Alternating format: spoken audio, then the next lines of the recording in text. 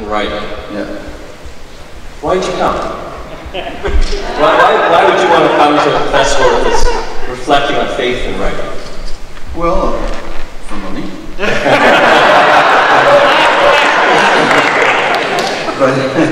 but also, I mean, it's an appealing event to come to because, although I don't know quite what I call my faith at this point, I definitely have one.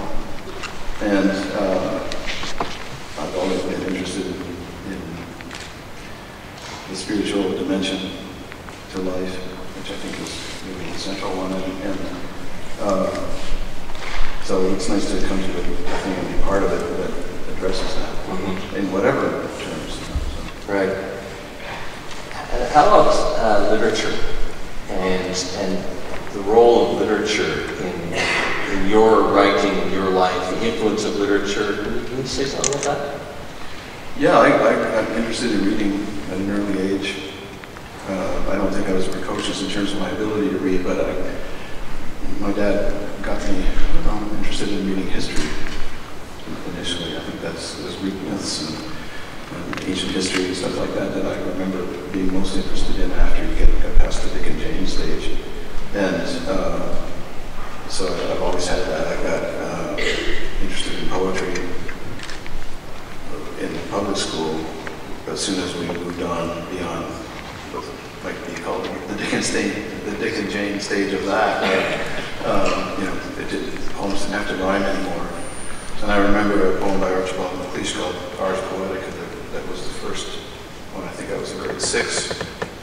And we had to memorize a poem from the textbook. And I'm looking through, and I stumbled on this poem. It was incredible. All of a sudden, here was language that evoked feeling, that painted a picture, that didn't.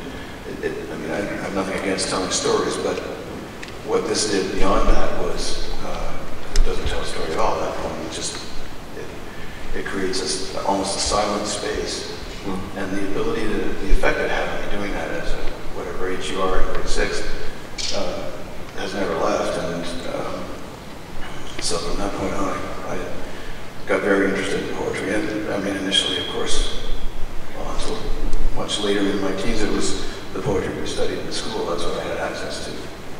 So I got into T.S. Eliot and Dylan Thomas and that kind of stuff. And primarily that, but later, when I started,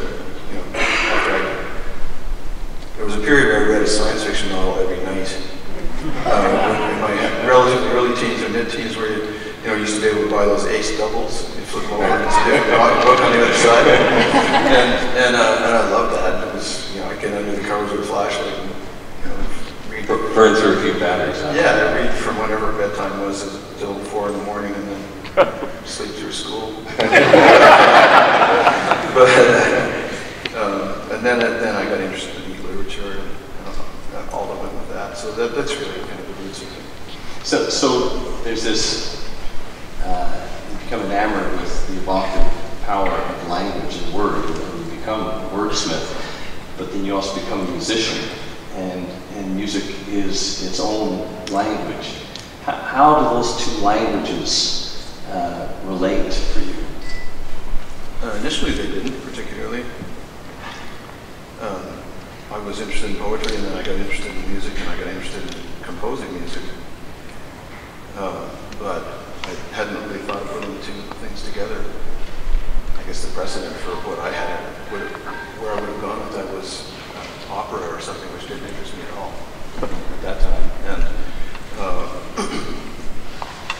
the rock and roll that I loved didn't have enough lyrical content to inspire wanting to write that. It wasn't until Dylan and the Beatles came along and it sort of seemed like, oh yeah, I look forward to Lightfoot too. All of a sudden there's people putting sensible words, interesting words, but with kind of more depth to music, and that appealed to me. I thought maybe I could do that. By that time I was in music school studying composition and dabbling in writing terrible poetry on the side. If you're a terrible poet, you're better off becoming a songwriter.